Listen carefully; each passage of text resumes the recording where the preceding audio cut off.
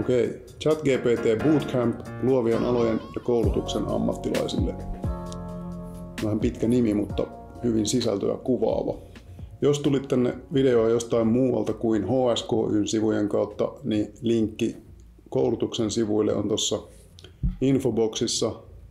Ja sieltä löytyvässä infotekstissä on kyllä periaatteessa sanottu kaikki keskeiset asiat, mutta mä ajattelin silti, että tämmöisen videon tekeminen voisi olla hyödyllistä, koska kyseessä ei ole ehkä ihan tyypillinen tekoälykoulutus.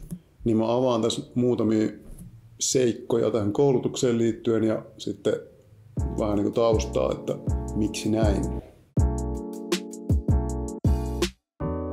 Niin mun nimi on Visa, moi. Mä omasta taustastani kerron silleen superlyhyesti vaan sen verran, että mä oon työskennellyt luovilla aloilla koko ikäni tavalla tai toisella. Mun 30 vuoden ajan silleen toiminut toisaalta kuvataiteilijana, toisaalta sitten tehnyt kaikkea laidasta laitaan niin kuin visuaalista ja graafista suunnittelua ja kuvaajan ja editoijan ja digitaalisen alan hommia. Mutta sitten 2-3 vuoden aikana tässä mä oon niin kuin enemmän ja enemmän keskittynyt tuohon generatiiviseen tekoälyyn. Ensin kuvan tekemisen merkeissä, mikä veikin mennessään aika hyvin. Mutta sitten ChatGPT-julkaisun myötä ja sitä myöten, kun mä aloin perehtyä suuriin kielimalleihin, niin sitten se tekoälyn niin kuin luovat mahdollisuudet ja luova käyttö ikään kuin alkoi avautua mulle eri lailla. Siinä määrin, että viime vuonna mä sitten jossain vaiheessa niin kuin päätin priorisoida sen kielimallien opiskelemisen ja sitten toisaalta niin kuin aloin pitää koulutuksia aiheesta. Ja tässä koulutuksessa nimenomaan mä oon niin kuin pyrkinyt vetämään yhteen kaiken, mitä mä oon oppinut ja kokemukseni ja näkemykseni asiasta. Tämä on sydäntä lähellä, koska tämä on luovien alojen ammattilaisille. No silloin alkuvaiheessa, kun ChatGPT oli vielä kokonaan uusi ja ihmeellinen asia, niin mä, kuten sanottu, niin sukelsin siihen aika pää edellä ja kävin läpi varmasti sadoittain artikkeleita ja videoita ja tutoriaaleja ja kaikkea mahdollista, mitä vaan sain käsiin. Niin ja sitten myöhemmin, kun mä aloin itse järjestämään koulutuksia aiheesta, näiden myötä mä oon tullut aika akuutisti tietoiseksi sellaisista tietyistä niin tekoälykoulutuksiin liittyvistä, sanotaan vaikka haasteista, jotka olisi ehkä hyvä sanoa tässä ääneen. Generatiivisen tekoälyn kehitysnopeus tunnetusti on päätä huimaava, jos ei jopa vähän järkyttävä. Uutta juttua ja päivityksiä ja läpimurtoja ja uusia kaikkea tulee niin kuin koko ajan. Ei silleen kerran kuukaudessa tai kerran viikossa, vaan niin kuin kirjaimellisesti koko ajan. Niin se silkka kehityksen nopeus ja volyymi ikään kuin puskee niin esimerkiksi YouTube-sisällön tuottajia tekemään sitä sisältöä, eli videoita mahdollisimman nopeasti tavallaan. Sehän on mahtavaa toisaalta, ja sitten niin kuin parhaat tekijät on tosi hyviä siinä. En mä sillä. Mutta siinä on myös semmoinen piirre, että kun ne on tehty tosi nopeasti, niin varsinkin kielimalleihin liittyen niin kuin YouTubessa on nyt hirveät määrät semmoisia tutoriaaleja, joissa ne johtopäätökset on vedetty aika nopeasti siitä, että miten tämä niin kuin toimii ja mitkä on parhaita tapoja käyttää tätä, koska kielimalleista on niin kuin aika helppoa vetää sellaisia. Ja sitten toisaalta, kun se kehitys kehittyy niin nopeasti, niin sitten vaikka koulutukset olisi laadittu pieteetilläkin, niin ne saattaa vanhentua aika nopeasti. Esimerkiksi mun omat viime syksynä huolellisesti rakentamani ChatGPT-koulutukset niin on niin kuin auttamattomasti ajastaan jäljessä. Voihan niitä koulutuksia aina päivittää ja voihan sitä rohkaista ihmisiä ottamaan selvää, mutta ei se ole niin kuin sillä realistista olettaa, että ihmiset koko ajan yrittäisi aktiivisesti pysytellä kärryillä kielimallien kehityksessä. No sitten toinen semmoinen iso haaste, mikä liittyy tuohon teknologian kehityksen nopeuteen ja sitten myös siihen, että generatiivinen tekoälyteknologia on erilaista kuin mikään muu teknologia, mitä me ollaan totuttu käyttämään. Ja sitten se on tullut niin rytinällä kaikkialle, että sitten meidän niin sellaiset kulttuuriset kartat ja viitekehykset ja raamit ei nyt mitenkään päivity samaa vauhtia.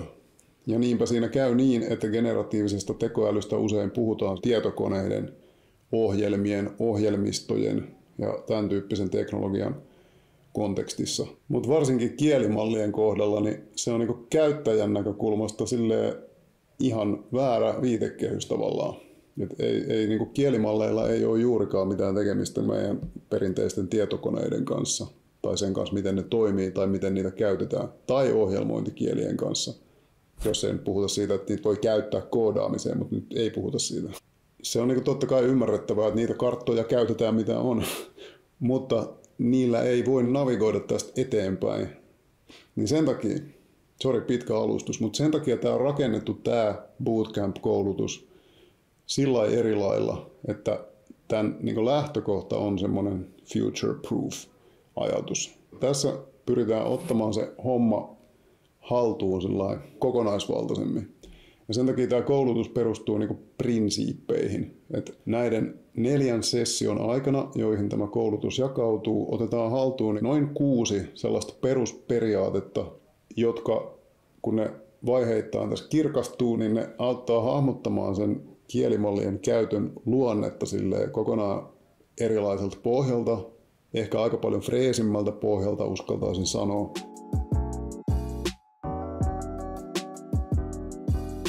No miten niin kuin uusia karttoja tällaiseen outoon erikoiseen teknologiaan voi sitten alkaa luomaan? Ensin hahmotetaan ihan niin kuin kirkkaasti, että mitkä on ihmisen ja mitkä on tekoälyn vahvuuksia. Totta kai on osa-alueita, jotka kuuluu ihmisen tontille ja vielä pitkään ja ehkä aina. Ja sitten on siis selkeitä osa-alueita, joissa tekoäly on ylivoimainen, niin kuin täysin ylivoimainen.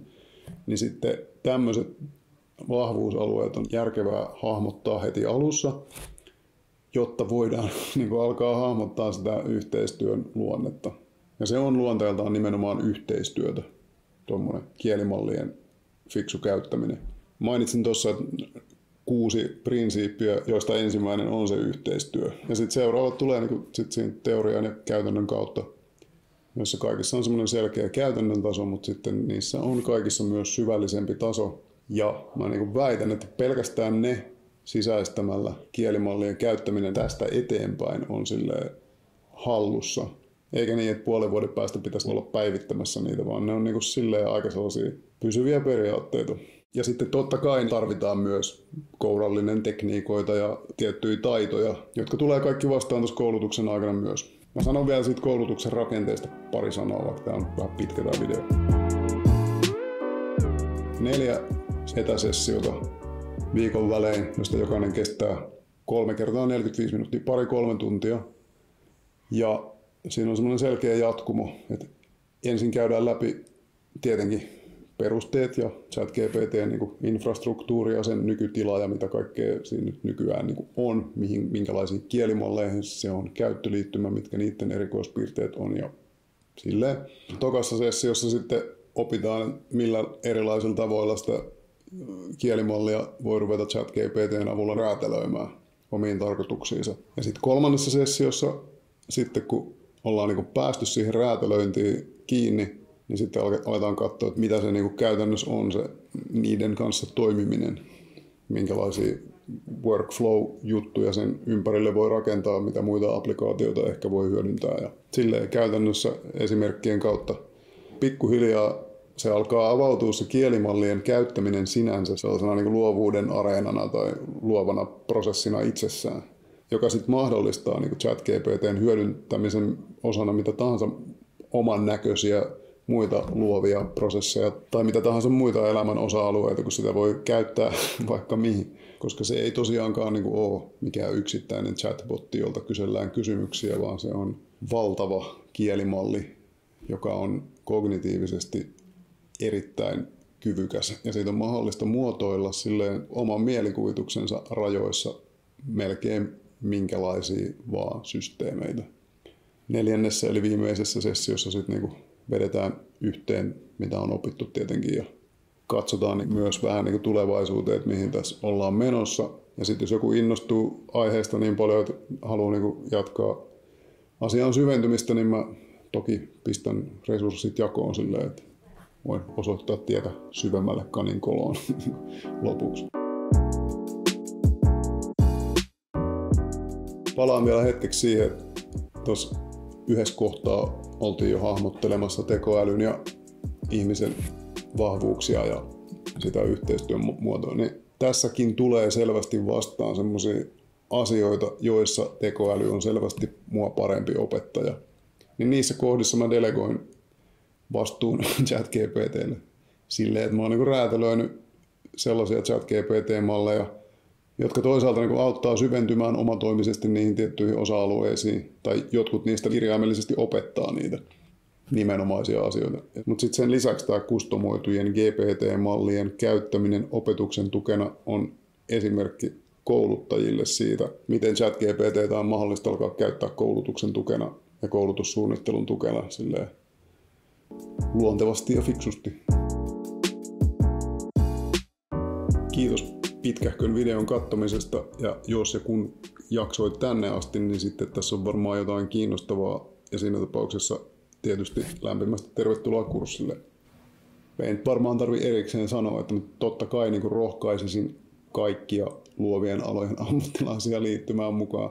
Jos tällä hetkellä uutisointia aika lailla dominoi niin tekoälyn ja kielimallien ja tällaisten aiheiden osalta, niin mediassa lähinnä puhutaan teknologiasta, kasvuyrityksistä, taloudesta ja uhkakuvista ja tällaista.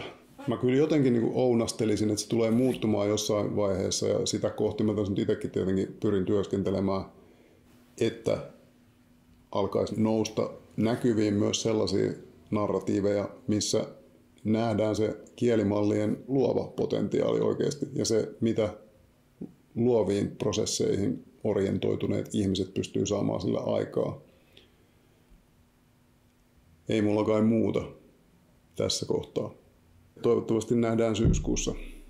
Peace out.